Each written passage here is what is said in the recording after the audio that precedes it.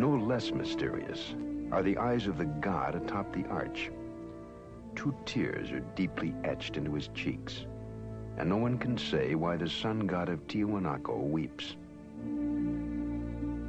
So it stands, a brooding, mysterious ruin, atop a desolate mountain plateau 13,000 feet in the air. Was it built by those who came to make a new home of planet Earth?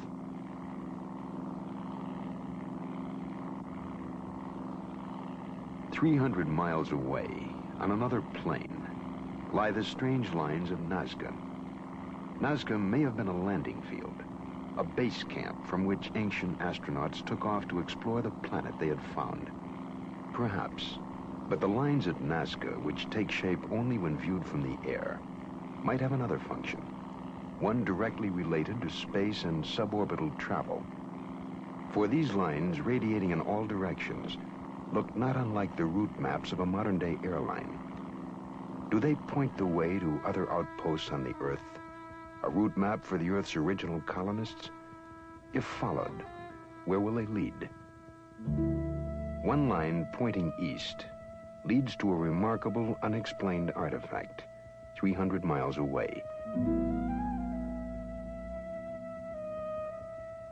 No one can say when the great stone of Saiwiti was carved, nor do we know what tools were used, but here it stands. Various interpretations have called it a sacrificial altar, a city plan, a map of the universe, and a model of colonial outposts on Earth, complete even to the agricultural terraces that make farming possible in the mountains. The terraces in the Peruvian Andes, for example, have been in continuous use for centuries.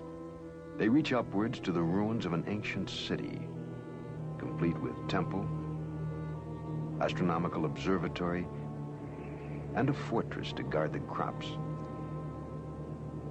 Did the founding colonists design these mountain stepping stones for settling the planet?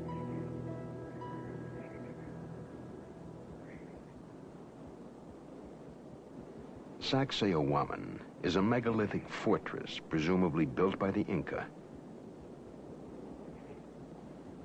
The snake marks a stone so heavily magnetized, it will cause a compass needle to spin wildly. Legend says the Inca kings received a special power from this stone.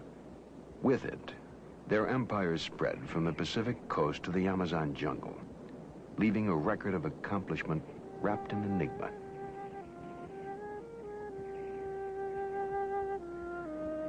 The Inca knew nothing of the wheel, and yet their roads are still in use today. They had no alphabet, yet they developed an engineering technology that built structures such as this. Or did they? Were they creators or inheritors? Descendants or beneficiaries of a civilization and culture transplanted to the Andes from somewhere else?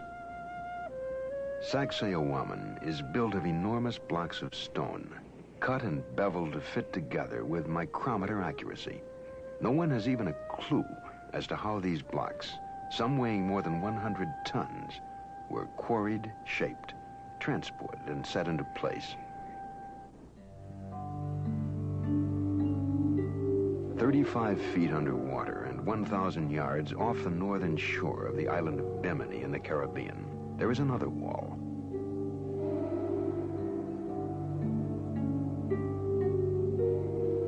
There's absolutely no indication of who might have built it, but the huge blocks bear a striking resemblance to the masonry of the Incas. Some scientists claim it is a natural formation and not a wall at all. But if ocean currents cut the stones in the sea bottom, did they also cut them at right angles to each other? The Bimini Wall is but one of many mysteries in the Caribbean region known as the Bermuda Triangle. Here, ships and planes vanish under circumstances that defy all logical explanation.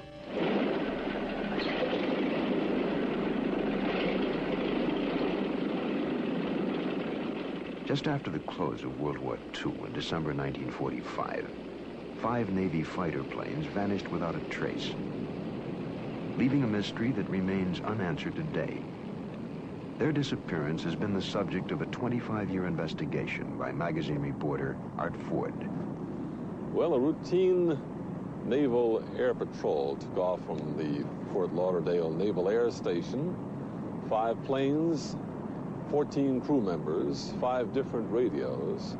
After the planes were in the air a few hours, they vanished. 5 radios did not give a coherent reason why they vanished. The men were never seen again. No wreckage of the planes was ever found. There was no radio contact after they were lost. A search plane went up after them with 13 men aboard, with every bit of equipment necessary to find them. It vanished within 7 minutes. Particularly significant in the case of the missing planes was the radio transmission report that remains in the record in the archives in Washington.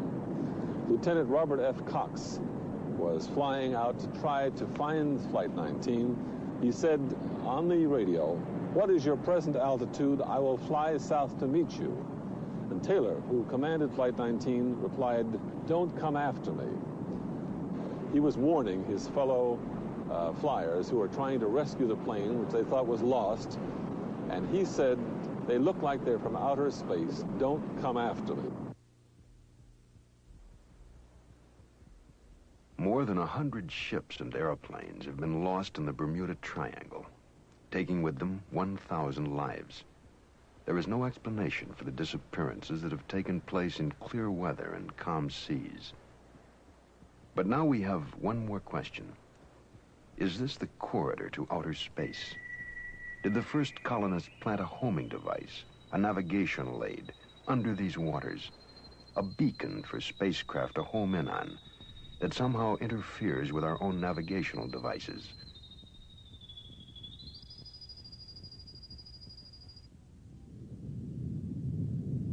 In the beginning, the Earth was a place of violent geologic change. Volcanoes thrust mountains upward. Islands were created and destroyed in the violent birth pangs of our world. In this same underwater volcanic cauldron, life may have had its beginnings. The principal basis of life is protein.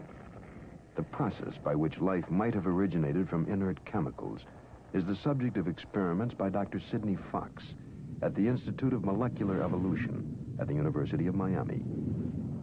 What's happening here is a splashing on a hot zone where the temperature is above the boiling point of water of a mixture of amino acids, water, and other volatile material.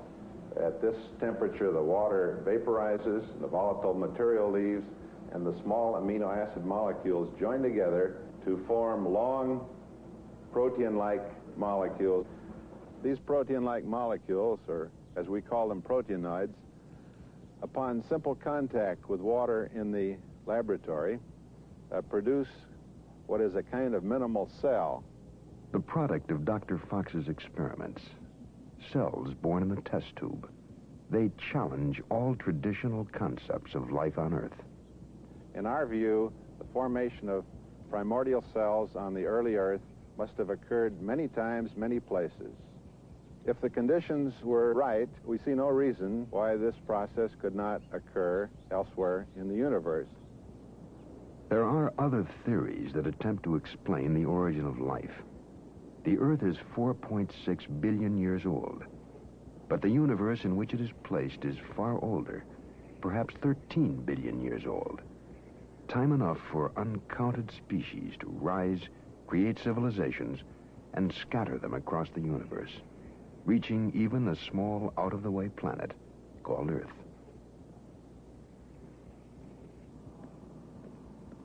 Dr. Leslie Orgel is a biologist at the Salk Institute in California. He and Nobel Prize winner Sir Francis Crick developed the theory of directed panspermia, the idea that life on Earth was sent here by a superior civilization. Dr. Orgel.